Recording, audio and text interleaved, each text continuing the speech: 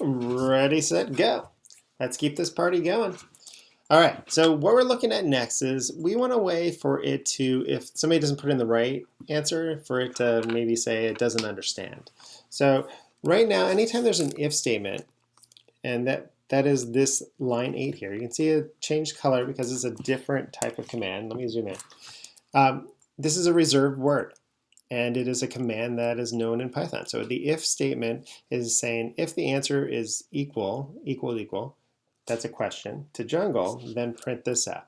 And in Python, because things are tabbed in, that's how you know it's part of this if statement.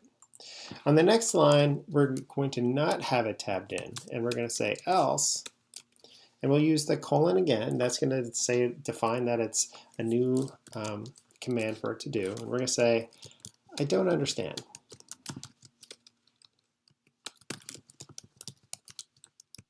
Oof, I think I'm going to say. So if I run this one now, if it's jungle, it should give me this still.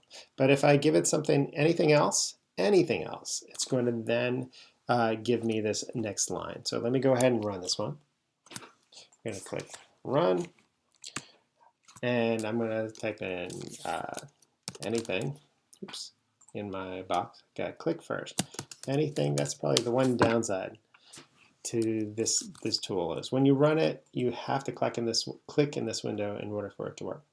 So I had accidentally started typing over there. So right now I've got this set up so it does one or the other. And now I can actually, instead of having just an if and an else, and in this control structure, I can add in an else if. So I can say elif, and I can put a different condition in here. Elif answer, and it's really elif is an else if the answer equal beach colon, or I guess I should have said rec, right? Let's change this to rec before I don't know why I keep spelling rec wrong. Rec again. If I change my answer so that we're printing to if the answer is rec, then we can say we're going down to check out the shipwreck. You discover a treasure chest. Can't spell or type today. So you discover a treasure chest, and then this will be the different options. So our control structure right now that we have, just to kind of break it down, we have an if statement that's going to say if it's the jungle, do this. Or else if the answer is rec, then do this. Else, everything else, anything else anybody types, it's going to say I don't understand.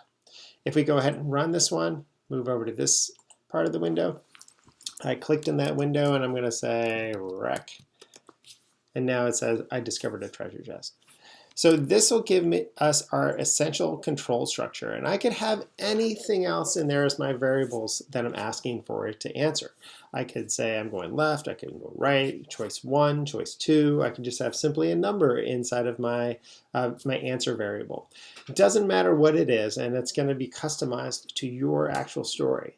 So take a few moments, play with this, try to see if you can do exactly what we created so far. And if you're worried right now, if you're worried that maybe, hey, I've got more than 2 different options for mine, know this. You can just copy this else if and add in yet another else if. Just make sure all of your indentation is the same. And instead of a rec, we could say here, if we had another option like go fishing. I'm going to try to do this all capitals right now, but go fishing. I could say, no, you caught a fish.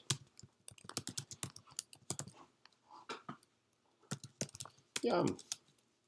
So this is another kind of option. I could have multiple options right here in this control structure. Here I've got a jungle, a rec, and go fishing, and it gives me 3 different options. So, and including the else.